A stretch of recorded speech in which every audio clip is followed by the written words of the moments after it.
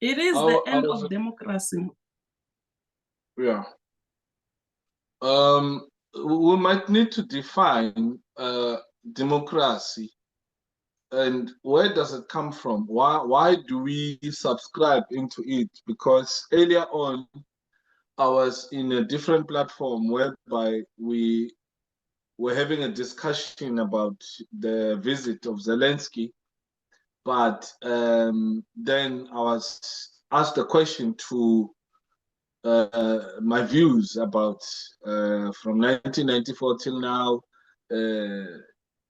31 years or 32 years of democracy, and in my mind, I believe once you introduce a system of democracy, of which it's a borrowed foreign ideology for Africans, that ideology will give birth to capitalist system.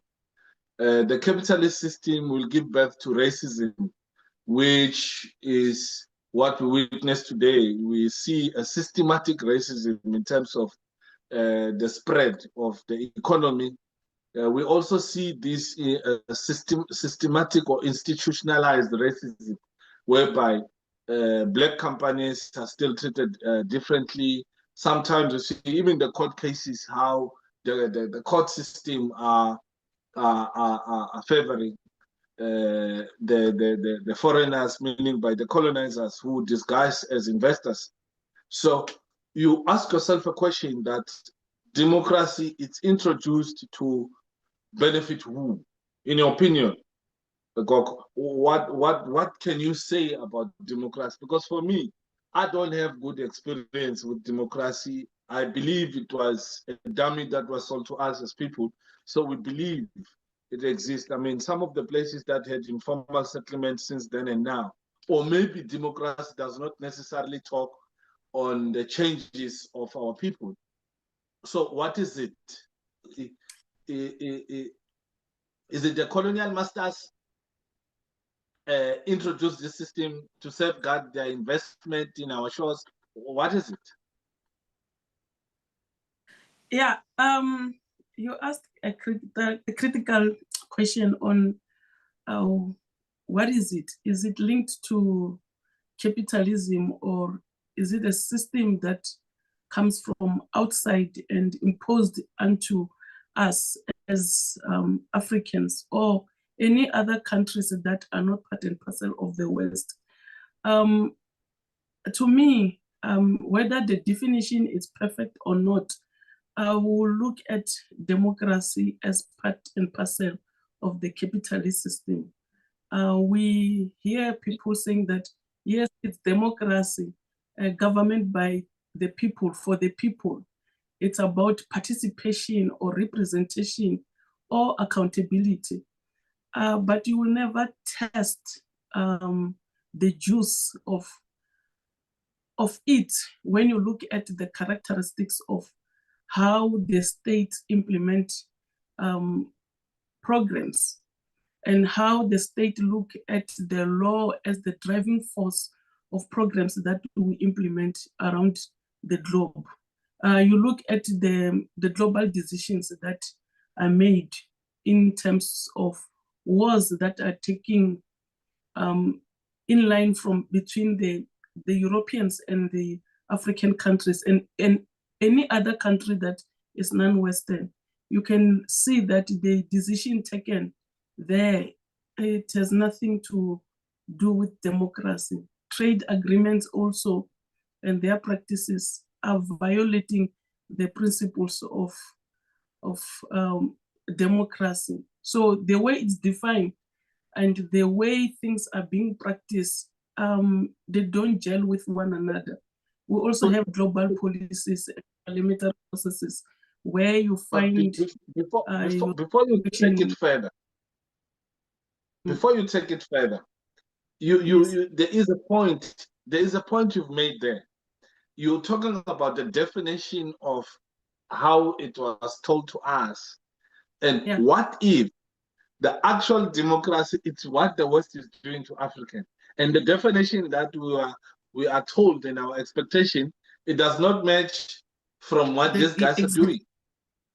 Exactly. Because I saw a cartoon earlier of this white man standing at the pier where two Africans are swimming towards his shore, and they said, "Let us in. You think we're gonna steal from you?" And the white man says, "No, I'm not gonna let you in, because the last time we did that to you, we stole from you. So you might do the same." Yeah. So I was asking that question to say, the definition, the laws, the principles, the policies, who came up with all this for a standard ordinary person? How do we, what are the policies? What are policies relevant to an ordinary person versus the African traditional way? Did we have policies? Yes, we did. The law, is the law that is implemented here favors us as the natives, or these laws are meant to safeguard for them again? So that's the area that I wanted you to heal me there by saying to me, the policies, for example, the principles, the guidelines of this so-called democracy, where we're part of the outlining of this. Do we understand it? How do we lose so many court cases? These laws, are these laws prepared elsewhere to come and deal with us here accordingly to what they want? What clear that for me? Yeah, actually I was saying that you cannot talk about democracy without talking about capitalism, because they go hand in hand. So democracy is not about the way it is defined, that it's the government by the people and for the people. Giving an example, in South Africa, people vote, and then after voting, the government tends to go against what they promised people to do. They become much arrogant, to use the correct language. In fact, that they don't care about the principles that are written already. Let's look at the issue of the increase of the VAT, where the minister even said that I do have a right to increase the VAT. But the question is, did you check other angles that must inform the VAT and the impact of the increase of the VAT? Because when you talk about the democracy, you need to balance your fact. You don't just make decision that is going to make other people feel pain while others getting favored, because all these systems, they are there to favor the capitalists, and these capitalists are the elites. We look at what's happening in the country in terms of the increase in number of unemployed people, and at the same time you say you want to increase a VAT while we have people who can't even put food on the table. Then you are not making decision in a correct manner that will be able to say that we're in a democratic country. So I understand our government is in pain because they want to balance the sheets when it comes to the money that they need to put in place so that they implement programs. But the decisions that are made, you look at them, they are very horrible, very, very horrible to the people, to say that we're in a democratic country. So at what point, because I want to understand that some parts of the world, they started implementing the tax between 1910 and 1913. In some countries till today, in other countries, tax is still illegal. Now, what I want to find out, the companies that are operating in this country, that are privatized, that are able to access the natural resources of South Africa, how did we get individuals and few families owning things that could have been some form of a relief to South Africans, because I want to believe that South Africa is self-sufficient.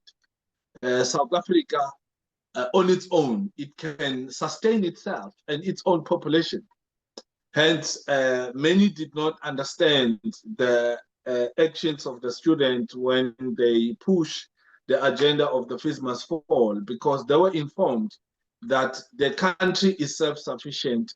We can have free education, we can have free healthcare, but we cannot have all these things because the colonizers have privatized things that matters to the population the most.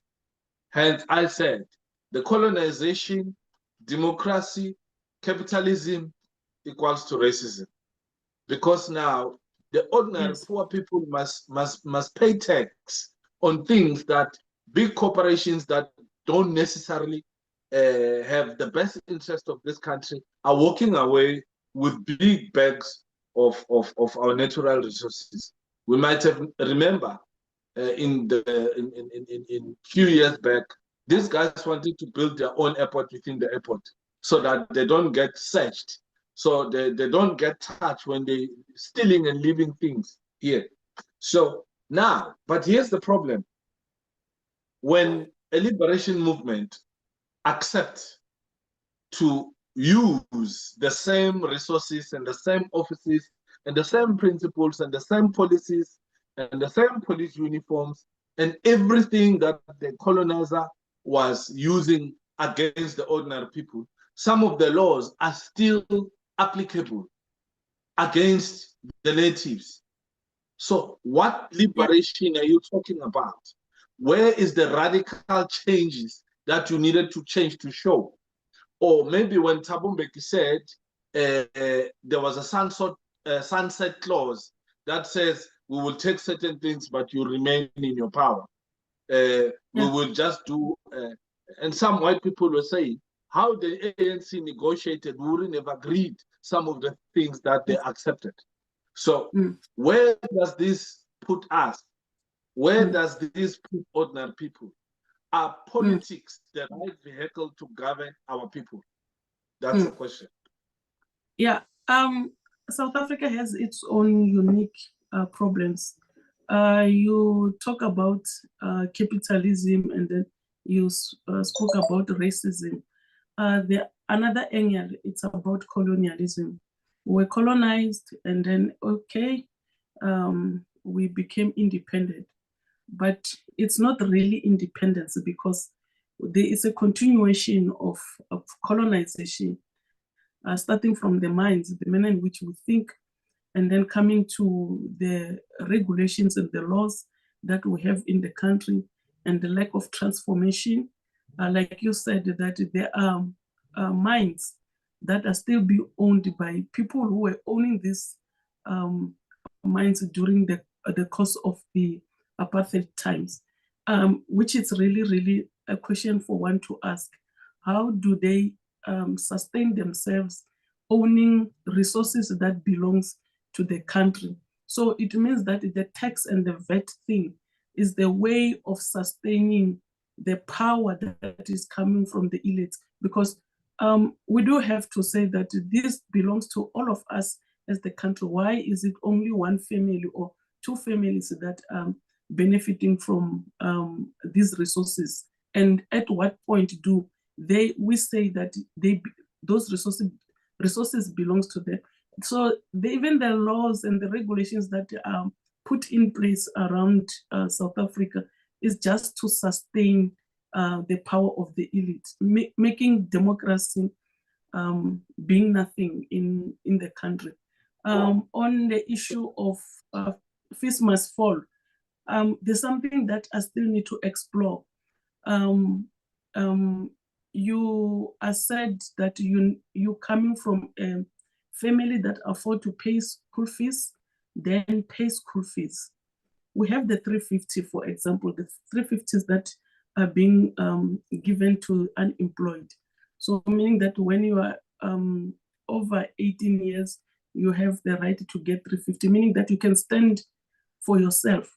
But when it comes to the school fees, parents must pay for you even if you're above 18 years. So you can tell that there's a manipulation of regulations there, that you will need to push that people pay for the fees, even though they are paying for the adults. You are 18, why should the parents still be responsible for an 18-year child? So there's something that we still need to check from that context. So beside being using the law or in the name of democracy to sustain the power of the elites, there's also so many blurry operations that are happening. I can also talk about the issue of the Land Act, even though there was some improvement coming from the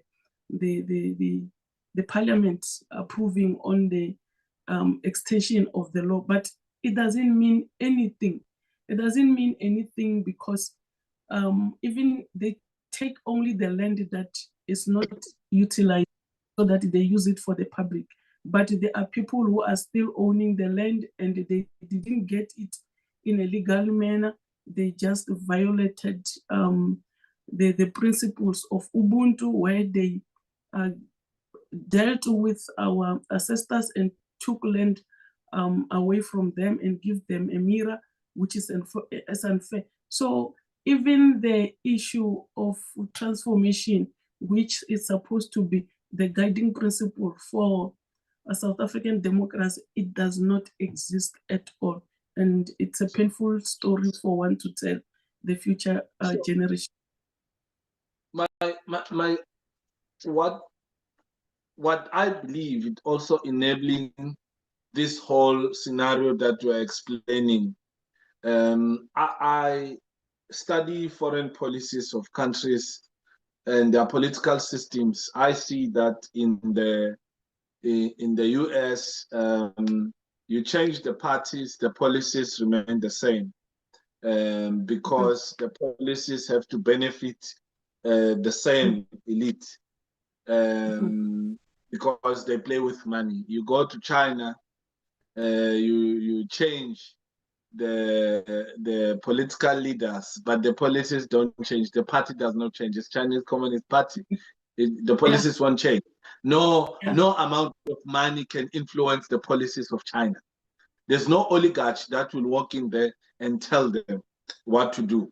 Whereas in the West, including South Africa, we are here and there. Now, this is what I see.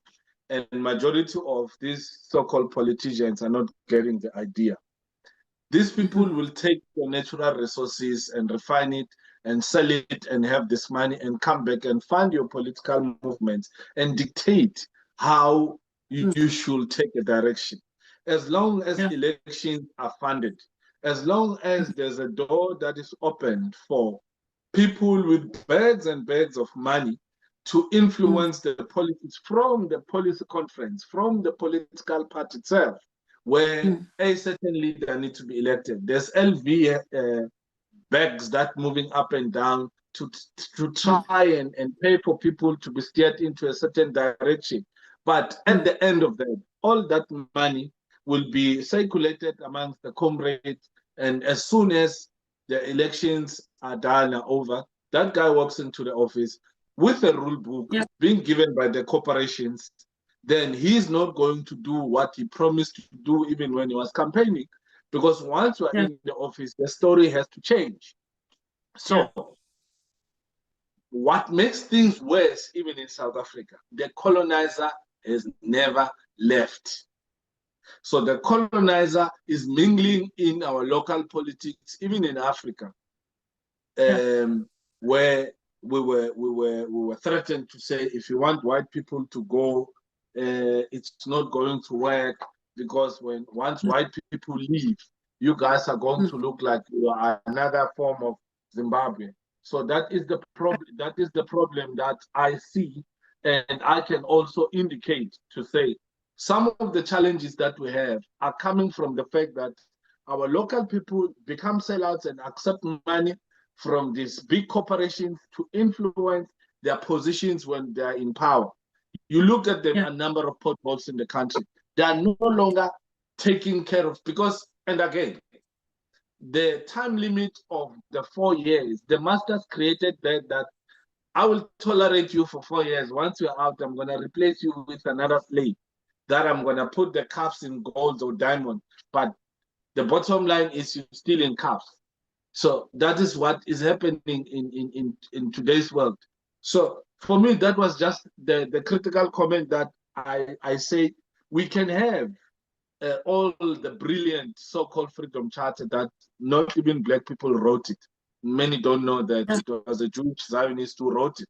It was not a Black person who wrote the Freedom Charter that they jump up and down with. No, it was not. And can we become Burkina Faso? Sankara tried. He was killed. Same year Sankara was killed, a young man was born with Sankara spirit. We see it today. Yeah. It's much easier there because the colonizer is minimal there. Here, we have neighbors who are our colonizers that we were sold in the spirit of Rainbow Nation. That does not necessarily exist. And the policies of this country covers for the colonizer more than the natives or the locals. Yeah. So is democracy working? How is it supposed to work if it's a colonization, democracy, capitalism, racism? Where are we going?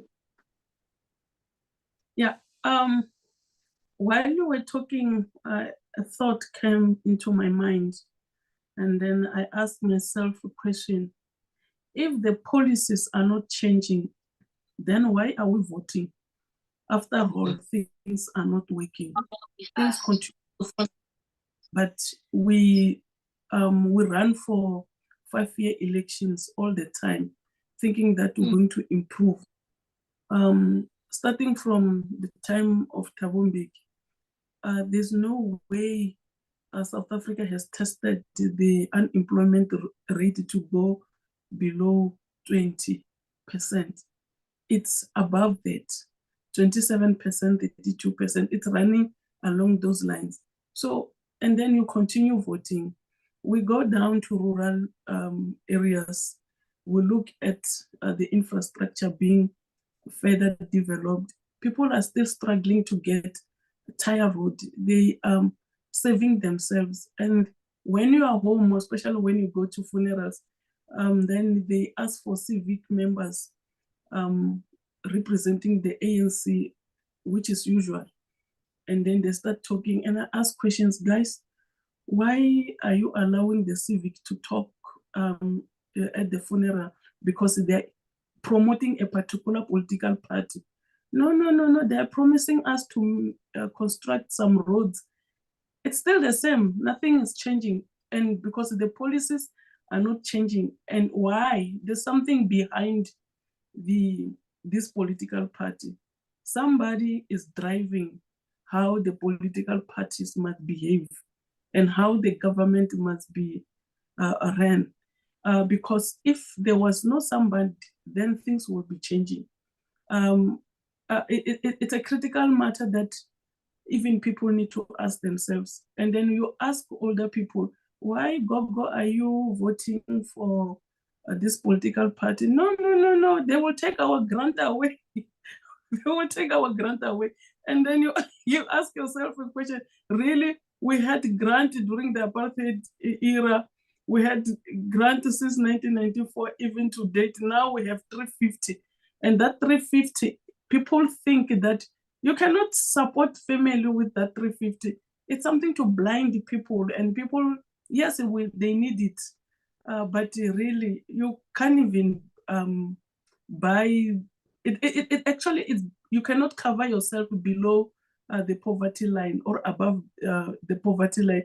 It's nothing. It means nothing. It's something that you can spend in 3 seconds and it's gone and it means nothing. So somebody's driving and people need to come forward and start talking about this. Unfortunately, when it comes to South Africa, when they're touched by America, I remember when one of the leader of the American Foreign policies, who were, yeah, was an ambassador in South Africa, started telling South Africa that you're not even fixing your corruption stories, and then they went to America with harsh words, but really they are not addressing the real matter. They need to look at this issue of democracy in a comprehensive manner, because in South Africa, with somebody driving the government operations behind the ruling party, nothing will change, nothing will happen, no matter what type of or the name of the political party you will vote, we're still in the same situation. And this problem of the lack of democracy in South Africa, it doesn't end here. It's a global thing. There's a lot that's happening around the world to prove that democracy, whether in theory or practice, never existed, or it's not about that it's eroding. It never existed anywhere. Maybe we need to find a way to make it exist, because it doesn't. We look at the war and the democratic disconnect that's happening in the global space. We can talk about the decisions that were made by the UN with the name of the United States of America, France, and also Britain, dealing with African countries, dealing with Iran, dealing with Russia. With Russia. Those are not the decision taken. They don't demonstrate any democratic principle at all. It's dictatorship out of dictatorship. They even violate their own acts that stop presidents, for example, from making decisions on wars without going through the parliament, because the launch of wars needs to be debated in the parliament. If not, then they're going to make horrible mistakes and later they regret their decisions. So the existence of so-called democracy, I remember when Trump was campaigning, he said, we are tired of wars. And the second line, he said, if I were to be a president, I would have stopped the war in Ukraine within a day. And then he said, America cannot continue with the constant wars out there. He mentioned Afghanistan, that it was a disaster. He mentioned Iraq, that it was a disaster. He mentioned Libya, that it was a disaster. But he continued to supply weapons to Ukraine. So after he said he's gonna stop the war in a day, he continued to supply weapons to Israel to bomb Gaza and West Bank. He continued to supply weapons that he bombed some places in Sana'a, in Yemen, the Houthis. They continue with their military presence in South China Sea, where it's actually far away from the US. So you can tell that they might wish to want to do something, but the script and the mandate that they're given in the name of democracy outside there, what they get when they get to the office is different from what they tell you. Someone said Tumami when he was campaigning, was he talking to us, Uti? We must send him, or he was telling his masters to send him? Who knows? Yes. Because from what I see, when he said Tumami, I was telling his bosses to send him to come and finish off and destroy. That's a question that people must answer. Trump is continuing to do that. The trade story, any form of a leader that comes into power needs to do one or two things to defend his people. So they claim. Now, he believes that Americans are treated badly by the outside world because they are selling things to them, charging them high tariffs. So now he's correcting that situation. But that's one part of the conflict. Remember, all these countries that you are pushing 35% tariffs, they come back, they say 200%. You know, who suffers? You. Now, that will speedily lead into a conflict that will lead to war, whether it's an economical war, whether it's an energy war, whether it's a currency war, whether it's a military conflict, who knows? That is start to aggravate other partners within the region of where you are. Then you look at how Assad was removed in Syria. The very same people who were part of ISIS, whereas were told that Assad was elected democratically. The same people who go around and talk democracy funded their own creation, ISIS, to come and topple the person that was elected. He had to run and hide in Russia. And then those guys, they changed their military uniform, they give them suits. Now they call them people that needs to be treated with respect. As long as the West is saying it's correct. If Africa says something is wrong, you know. So I'm looking at this and the examples of what you said. But now, so you might have seen that the big Western countries with so-called democracy, when the rulers planned this, they came up with a system to say, after some time, we need to make a way where big political parties need to collapse.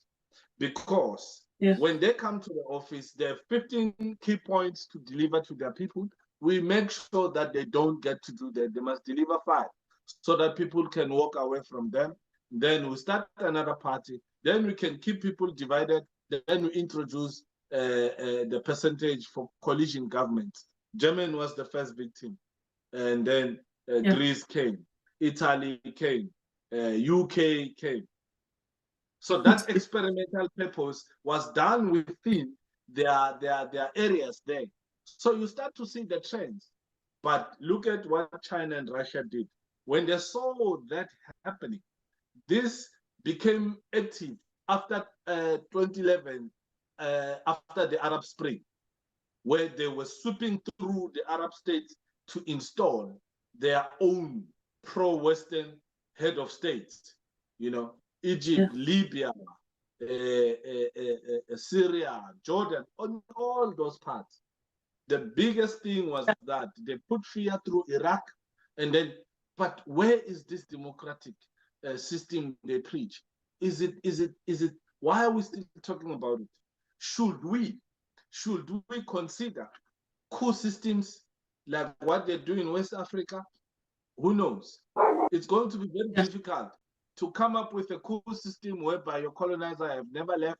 You will just pick up the phone, the US Navy or the Navy SEALs or the Marines will be here. And you will make to feel like you were betraying the country by pushing back to what the colonizer has been trying to do for all these years. And your very own people will be selling you out to the master to say, no, we don't agree with what is doing. We are comfortable being slaves, as we've always been. So that is my view. Looking at the global state of things, looking at locally, and ask questions. Would this work? I mean, it's been how many years? 30 years, 30 years plus, but nothing is moving. Things are still the same. Go to the primary school back in the rural area. We still have math schools. So this democracy that is introduced, Alex, I mean, Cyril promised 1 million houses in Alex. Did he build 10? Who is holding him into account? All the promises he made. All that Cyril will tell you is shocked. That's all he will say. Oh, I'm shocked. Oh, I'm shocked. Oh, I'm shocked. All these things. So when are we holding these people into account? Where are we matching Zuma must fall? How come we don't have Cyril must fall if he has done wrong? How come we did not have Thabo Mbeki must fall? How come we did not have, and who funds this must fall? Guess what? US aid was at the center of the regime change in South Africa. So they get the access because they're still here. They use the money that is stolen from here to continue and use and blind, stupid people to ensure that they push their own agenda while they're sitting in their holidays. They know colonialism, you put it into black people, you put it on autopilot, black people become colonial masters by themselves without any white person getting involved. And that's a reality. And we've seen it happen. Yeah. You said Tumamina. Yes, Tumamina. Everywhere in the world, it's like Tumamina. You remember when Gaddafi was murdered in a painful manner with US, UK, and France in the center. It led to, it escalated into a regime change and also culminated the overthrow of Gaddafi, and he was eventually killed.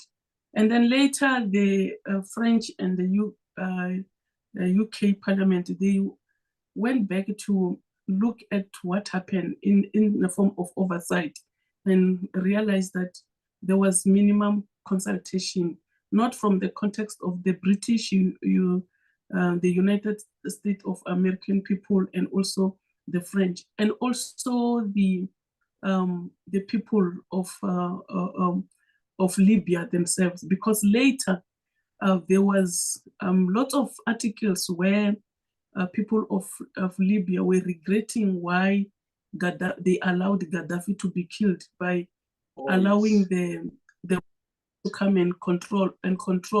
So Tumamina, it's not for us, the civilians, it's for the elites, because when they get what they get after, they start neglecting the majority. So there's a lot that we can talk about Tumamina not working well in the world, because look at Mugabe and the issues of him trying to fight the Westerners. He was always arguing against Tony Blair and Bush. And other African countries were not really supporting him. Some were criticizing him, looking at him as a bad person, but those who were criticizing him, they were using Western theories to say that he's a dictator. He's supposed to come up with democracy. But the question is, do they have democracy themselves? They don't have it. There's a lot we can talk about the decision that they make on trade that goes against their local people, where you find that they favor multinational companies rather than local people. And you find that through that, the job security gets insecure, because once you start allowing the multinationals to come and operate, they come up with their own rules. And those rules, they will tell you that they gel with local development. It's not true. They're there to rip off local resources and take their wealth back to their countries. So we have so many stories happening in Latin America where you find that the multinational companies, they also violate the environmental principles. It's a painful story to discuss about. Yeah. So in summing up the talk around democracy, what questions do we pose into our people? Because we need to keep these conversations happening. We need to interrogate certain things, even though we might not have some answers today or tomorrow. We need to revisit this subject. We need to look at the curriculum. We need to look at the agricultural sector. We need to look at the one of the most important things in our existence, our cultural and spiritual things. We need to look at the traditional ways, the medicines, the traditional medicines, and all the founding principles of Africanism, you know, and how the education system has infiltrated the mind of our children, whereby you tell them of who they are, they tell you that I don't care. It's got nothing to do with me. And also the subliminal messages that the West is sending through. I mean, you look at the colors, you go to majority of this Model C school, you'll either see red and white, the British colors, you'll see more blue that will associate with your DA and your colonel. So all these other things around, the way we think, the way we talk, the way we behave, the way we dress, the way we imagine, it's been captured. We don't see these things from our own point of view. It is created elsewhere, imported to our faces, and then we take it to put it in our mind and start to implement it. You know, so we need to put the people who are watching into a position where let's start asking questions. If we don't have answers today, we'll ask again tomorrow. And the more the many of us talk about these things, we will eventually get a breakthrough. We might not have 100 people in one go. One that we have is going to influence 10. That 10 will influence 50. That 50 will influence where we will have to be wide awake. And the older generation, while we're closing, do you think the older generation in politics are playing an honest role that will path a way forward for us? So when you sum it up, touch on that, and then we'll put this to rest. Then when we come back the following week or following day, we'll then have to revisit that and see how many people have questions and comment, so we can slowly be guided into finding solutions, where we'll have a talk about solutions to all the things we say. And where do we start? And where is the way forward? Can we do it? Can we start? If we start, how big or small should we be? Thank you. Yeah. So you asked a question if older people are interested in revisiting the issue of democracy. Also, yes. Yeah, contributing. My view is that it's not like democracy was destroyed through the process. Is that or events? Is that the events they demonstrated that a democracy does not exist. It doesn't exist anywhere. Because we look at the different aspects, be it trade, and then the role of the multinational companies, and then the governance, and then the parliament itself are playing critical role in demonstrating that democracy does not exist. So we are in dark. The process it's in darkness. So for us to say that let's participate, we need to check the where, from which point should we participate? Are we starting from going back and define exactly what is democracy, and how can we go about looking at different aspects in the social settings on how we can ensure that democracy does survive? So what I would want the people who are interested in wanting for things to work well, they need to go back and look at the activities that are happening worldwide and taking into consideration the practices in South Africa and question themselves, do we have democracy?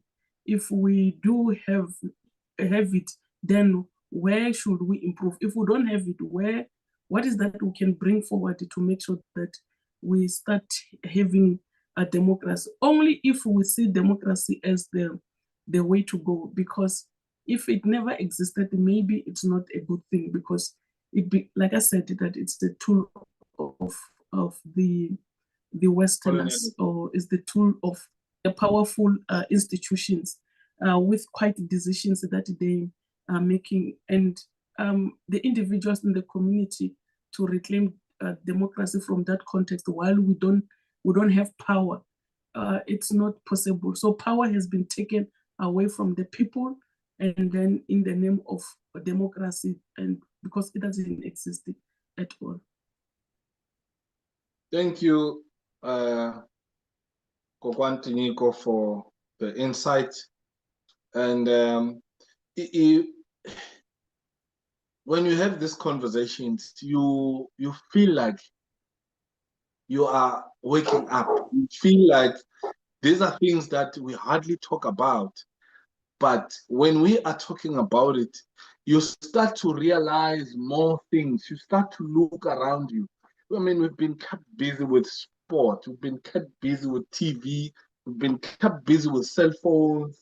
And then the Roman Empire said, create a circus. Yeah. Let them go and watch. Give them bread. Don't forget about the revolt. Yeah. DSTV, it's a perfect circus. I mean, they recycle old movies where we still need to subscribe and take our hard-earned money and pay for it. Go to any informal settlement, look at the amount of satellite dishes you'll see there. Within the heart of poverty, the colonial masters are there. In your fridge, it can be empty, but Coca-Cola is in there. Your children, no matter how sick they can be, they will eat McDonald's. They will eat KFC. You drive by a taxi rank, you smell KFC. You drive in the suburbs, you'll never see KFC. Then ask yourself a question. If KFC was a good business, how come you don't find it in the suburbs? Now, here's the question. If voting really worked, would they allow us to vote? No. That's where I'm going to end it for tonight. Thank you so much. Thank you. Yeah.